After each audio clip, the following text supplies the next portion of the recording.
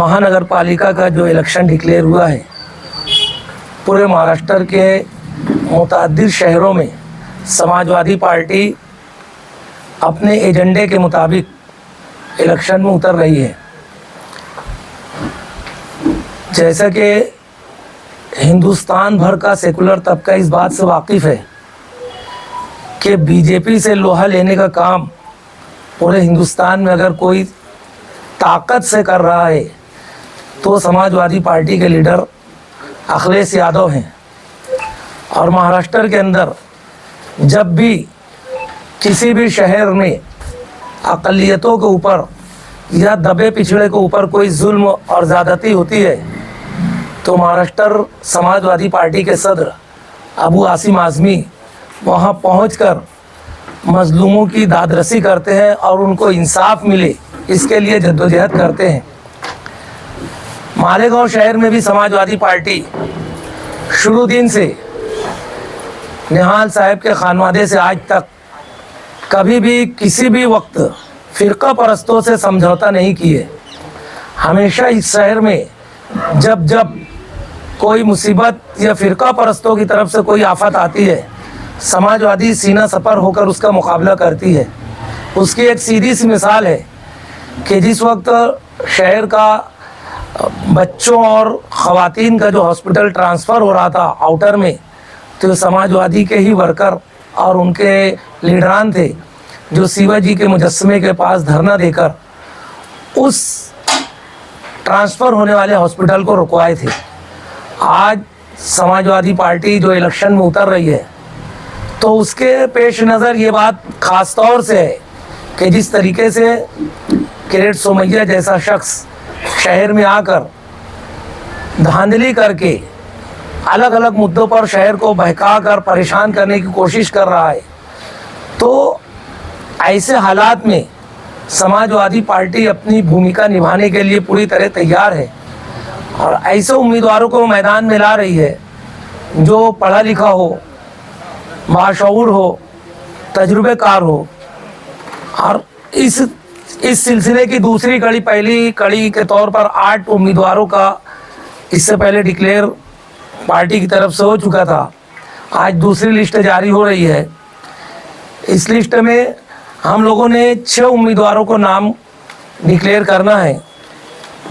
सबसे पहले ward number 7 से वहाँ के सिटिंग उम्मीदवार अब्दुल बाकी राशन वाले साहब वार्ड नंबर 7 से समाजवादी पार्टी के उम्मीदवार होंगे।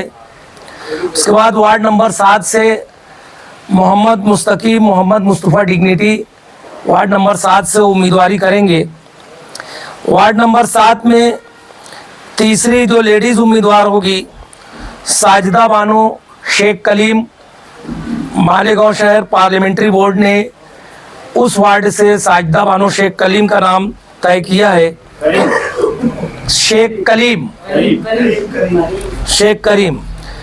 चौथा नाम है रुखसाना नूर मोहम्मद। चौथा, इस तरीके से वार्ड नंबर 7 में 4 उम्मीदवार समाजवादी पार्टी के सिंबल पर रहेंगे। और वार्ड नंबर 15 से साबिक कारपोरेटर रफ़ीक कुरैशी की अहलिया जायदा मोहम्मद रफ़ीक कुरैशी को पार्लियामेंट्री बोर्ड ने वार्ड नंबर 15 से उम्मीदवार किया है। इसी तरीके से वार्ड नंबर 16 वहाँ से तौहीद अहमद मोहम्मद तकी अंसारी जो पार्टी के एक फ़ाल रुकन हैं और मुसलसल वार्ड में लगे रहते हैं, इस जगह वार्ड नंबर 16 से तौहीद का नाम पार्लियामेंट्री बोर्ड ने तय करके उम्मीदवार जाहिर किया है।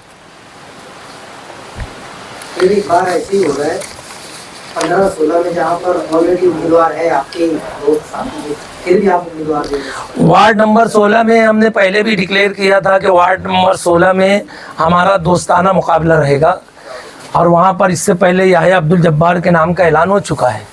तौहीद को भी वही से दिया है ना, तो 4 का पैनल है ना। अभी 2 सीटें और गठबंधन का उम्मीदवार है क्या तौहीद? तौहीद समाजवादी पार्टी का उम्मीदवार रहेगा वहाँ पर। अभी 2 सीट और दी जाएंगी। हमारे पास अगर मुनासिब उम्मीदवार रहेंगे तो वहाँ पर 2 सीट हम और देंगे। उम्मीदवार कई हैं, लेकिन हम लोग चाहते हैं जो समाजी तौर से समाज से जुड़ा हो, लोगों के दुख दर्द समझता हो, बाशऊर, ऐसे लोगों को हम लोग उम्मीदवारी दे रहे हैं। मुस्तकिम भाई पक्के इलाके से लड़ने का बोल रहे थे, वहाँ से लड़ेंगे नहीं? वार्ड नंबर 7 से मुस्तकिम भाई का पार्लियामेंट्री बोर्ड ने तय किया है। असल में जब हम लोगों का गठबंधन नहीं हुआ तो उससे पहले हम लोगों ने समझने के लिए दोनों पार्टी के 7-7 लोगों की एक कमेटी बनी थी और उस कमेटी को इख्तियार दिया गया था कि आप लोग अपने ढंग से फैसला करके लीडरान को बता दो, अगर लीडरान को नहीं समझ में आएंगे तो उसमें कुछ रद्दोबदल करेंगे। तो ये पार्लियामेंट्री बोर्ड का फैसला है कि मुस्तकिम भाई को वार्ड नंबर 7 से लड़ाया जाए। समाजवादी की जो सदर है वो एक अच्छे इलाके से लड़ रहे, युवा नेता भी कच्चे इलाके से लड़ रहे, बात पक्के इलाकों की और इलेक्शन कच्चे इलाकों से। बात पक्के इलाके में भी हमारे उम्मीदवार रहेंगे और कच्चे इलाकों में भी उम्मीदवार रहेंगे। हम लोग पूरे शहर में काम करते हैं, एक इलाके में तो काम करते नहीं है। क्या ऐसा इरादा है कि मुस्तकिम भाई 2 जगह से चुनाव लड़ेंगे? आगे अगर कुछ ऐसी जरूरत पड़ी तो पार्लियामेंट्री बोर्ड उनको दूसरी जगह से खड़ा भी कर सकती है, लेकिन अभी तक के एक वार्ड का हम लोगों ने तय किया है। वार्ड नंबर 7 में चारों उम्मीदवार समाजवादी के ही सिंबल से हैं। चारों उम्मीदवार समाजवादी पार्टी के साइकिल निशान पर उम्मीदवारी करेंगे।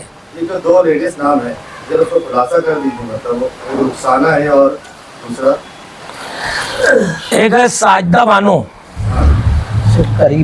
शेख करीम, उस वार्ड के एक काफ़ी दिनों से सोशल फील्ड में नुमाया काम करते रहते हैं, मेडिकल कैंप, मुख्तलिफ काम के। उस वार्ड में जब आप जाएंगे और जमील सेठ का नाम बोलेंगे तो हर कोई पहचान जाएगा कि जमील सेठ कौन है। वो मुसलसल वार्ड में लगे रहते हैं और वार्ड लोगों की शिद्दत से चाहत है कि जमील सेठ की को उम्मीदवारी दी जाए। तो जमील सेठ को जब बातचीत की है तो उन्होंने अपनी वालदा का नाम दिए हैं, तो साजिदा बानो उनकी वालदा का नाम है। इस तरीके से उस वार्ड से जमील सेठ की वालदा साजिदा बानो उम्मीदवारी करेंगे समाजवादी से। दूसरा जो है रुखसाना नूर मोहम्मद, ये जो मोहम्मद हुसैन अंसारी साहब हैं, तो ये उनकी हमशीरा है, उनकी बहन है। मोहम्मद हुसैन साहब को टिकट दिया गया है, तो वो लेडीज़ टिकट है, तो उन्होंने अपनी बहन को उस वार्ड से उम्मीदवारी के लिए नाम पेश किया है। आप उसी इलाके के फाल मतलब लोगों में से रहे हैं, इलाके में काफ़ी आपकी भी सरगर्मी रही है, तो आप इलेक्शन नहीं लड़ेंगे वहाँ से? जी नहीं, मैं तो खुद ऐलान कर रहा हूँ 4 उम्मीदवार का, तो इसका मतलब है मैं वहाँ से उम्मीदवारी नहीं कर रहा हूँ। फॉर्म भरेंगे, फॉर्म का जो मुद्दत है, मुद्दत के अंदर सब फॉर्म भर देंगे। मुद्दत के बाद कोई फॉर्म नहीं भरेंगे, सब मुद्दत के अंदर भरेंगे। करीब करीब उम्मीदवार डिक्लेयर हो गए, अभी तक आपका मैनिफेस्टो वगैरह क्या कुछ? मैनिफेस्टो के बारे में जो हमारा कमेटी बनी है उसमें ऐसा मशवरा है कि पूरे शहर का जो 5 कॉमन मिनिमम प्रोग्राम हम लोग जाहिर कर चुके हैं, वो कॉमन मिनिमम प्रोग्राम कम से कम मुश्तरका प्रोग्राम वो तो रहेगा, मगर पूरे शहर का हम लोगों के सामने ऐसा है कि मैनिफेस्टो ना जारी करते हुए जिस इलाके की जो ज़रूरत है इलाका वाइज मैनिफेस्टो जारी किया जाए, लेकिन अभी इसके ऊपर कोई फैसला नहीं हुआ है। ये माना जाए कि आप ये एमएलए मौसूद के नक्शे कदम पर चल रहे हैं। हम लोग मैनिफेस्टो नहीं जारी करेंगे ऐसा नहीं बोले, हम तो पहली मरतबा 5 रुकनी मैनिफेस्टो, 5 नुकाती मैनिफेस्टो जारी कर चुके हैं कि किसके ऊपर हमारा फोकस रहेगा। उसके बाद हर इलाके की अलग अलग तकालीफ है, प्रॉब्लम्स है, तो इलाके के हिसाब से हम लोग मैनिफेस्टो बनाने की कोशिश करेंगे, लेकिन इसका फैसला हमारे उसके अंदर होगा। और कहीं पर भी हम लोग शहरी क़यादत की नकल नहीं करेंगे और ना ही उनके नक्शे कदम पर चलेंगे। सेकुलर फ्रंट जो बना है वो एक ठोस मकसद लेके बना है और ठोस मकसद के साथ चलेगा।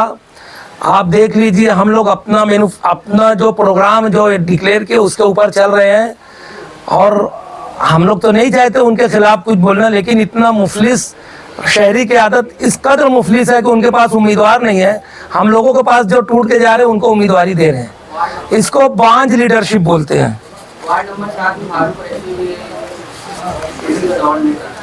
हर वार्ड में बहुत सारे लोग, सुन लीजिए ना, हर वार्ड में उम्मीदवार काफ़ी लोग हैं जो टिकट मांगने वाले ख्वाहिशमंद हैं, और ये इस बात की अलामत है कि सेकुलर फ्रंट पब्लिक में रह के पब्लिक का काम करता है, और जब आदमी पब्लिक के काम करते हैं तो वहाँ पर बहुत सारे लोग काम करते हैं और बहुत सारे लोग उम्मीदवारी ख्वाहिशमंद होते हैं। तो ये दोनों पार्टियों की जो पार्लियामेंट्री बोर्ड है वो बैठकर मुश्तरका फैसला करके ये उम्मीदवार डिक्लेयर कर रही है, और जहाँ पर इस कंडीशन की बात आती है वहाँ पर थोड़ा बहुत समझना पड़ता है। बबलू कुरैशी की बीवी है कि वालदा है? बबलू कुरैशी की वालदा में बताया कि रफ़ीक कुरैशी साबिक कॉरपोरेटर की अहलिया। एमएलए मौसूफ ने कल कहा कि इलेक्शन में हमारे साथ थे, वफादार थे, पहले उनको तरजीह दी जाएगी। तो आप लोगों के सामने लिस्ट है, आप लोग देख लीजिए। इफ्तिखार राशन वाले को लेके गए और बहुत सारे लोगों को लेके गए, उनके पास उम्मीदवारी नहीं है, वो हमदर्द या वफादार कहाँ देखेंगे। हम लोग जब डिक्लेयर करते हैं तो फिर वो हमारे वार्डों में दौड़ते हैं कि कौन बचा, तो उनको पटाप उठा के ले जाके देते हैं। मैं इसीलिए बोला हूँ, इतनी मुफलिस शहरी की आदत है कि उनके पास काम करने वाले लोग ही नहीं है कि जिनको वो टिकट देंगे। कई सालों से रिजवान सर आपकी सफों में दिख रहे थे, अब कुछ दिनों से गायब है। इससे पहले भी प्रेस कॉन्फ्रेंस में ये सवाल आया था, तो हम लोग बताए थे कि जब समझौता हुआ है तो यहाँ कुछ कुर्बानियाँ देनी पड़ती है। तो समझौते में जो सिटिंग सीट जहाँ से वो उम्मीदवारी करना चाहते थे वो हमारी दोस्त पार्टी के खाते में थी, तो इसलिए वहाँ पर हम लोग मजबूर हैं। तो उन्होंने समझौता किया है या बगावत? अब ये रिजवान सर अभी तक, वो तो आप उनसे पूछ सकते हैं। हम लोग तो जो भी हमारे साथी हैं उनसे बातचीत करके समझा कर उनको मनाने की कोशिश करते रहते हैं, क्योंकि वो हमारे साथी है। हमारा कोई साथी हमसे छूट जाए तो बहरहाल, क्योंकि हमारी जो पार्टियाँ, दोनों पार्टियाँ जो हैं, आप देख लो शहर में काम जो ज़मीनी सतह पे करती है ये दोनों पार्टियाँ करती हैं। और ये बात जब शोभत आई बच्चाओं सबसे पहले उम्मीदवारी के बाद हमारी पार्टी पे मुलाकात करने के लिए आई, दीपक भोसले साहब लेकर आए उनको, तो वहाँ दीपक भोसले ने साफ लफ्ज़ों में कहा कि शहर में दो पार्टियां जो ज़मीनी सतह पे काम करती है। उस वक्त तो वहाँ का गठजोड़ भी नहीं था, एक शेख रशीद खानदान का और निहाल साहब खानवा था। ये दोनों पार्टियां, इनकी जो पार्टियां ज़मीनी सतह पे काम करती है, इसीलिए इनके पास वर्कर और उम्मीदवार होते हैं। दीगर लोग देख लो, बड़े बड़े तनाज़े शहर में आए, कौन कितना बोलता है शहर के सामने है, मीडिया वालों के सामने। अब्दुल करीम साहब, जैसे रिजवान सर उनकी सिटिंग सीट मांग रहे थे, तो और भी एरियाज में जैसे आपने फ्रेंडली दे दिए तो उन्हें भी दे दो। नहीं, ये उनकी सीटिंग नहीं, सीट नहीं थी। ये सीट इस्लाम पार्टी के चारों उम्मीदवार यहाँ थे, अभी गए 17 की बॉडी में, ये उनकी सीट थी, रिजवान सर की नहीं थी। ये भी दे सकते थे, ऐसी कोई बात नहीं। हम लोग कोशिश ये कर रहे हैं कि आपस में कितना ज़्यादा से ज़्यादा तालमेल हो के बात हो, क्योंकि हमारा टारगेट सिर्फ ये इलेक्शन जीतना नहीं है। हमारा टारगेट ये है कि हम लोग 44 सीट लेकर जाएं, ताकि हम लोगों को नदी के उस तरफ की कोई ज़रूरत महसूस ना होने पाए। और शहरी की आदत को इसका कोई पड़ा नहीं है उनका। मैं समझता हूँ शायद खुफिया गठबंधन है, इसलिए वो इतनी मेहनत नहीं कर रहे। वो 18-20 सीट के लिए मेहनत कर रहे हैं। तीसरी लिस्ट भी जारी होने वाली है। हाँ, तीसरी लिस्ट जारी होगी ना, तीसरी लिस्ट जारी होगी। नयापुरा से एमएलए मौसूफ के फर्जंद का नाम सामने आ रहा है, क्या उनके सामने भी उम्मीदवार दिए जाएंगे? हम लोग कोई सीट छोड़ेंगे नहीं, हर जगह हमारा उम्मीदवार रहेगा। हमारा किसी से कोई खुफिया समझौता नहीं रहेगा। हम जो करेंगे खुल के करेंगे। और अगर एमएलए मौसूफ के फर्जंद आते हैं तो क्या वो इतने लायक और फायक है कि उनके सामने हम उम्मीदवार ना दें क्या?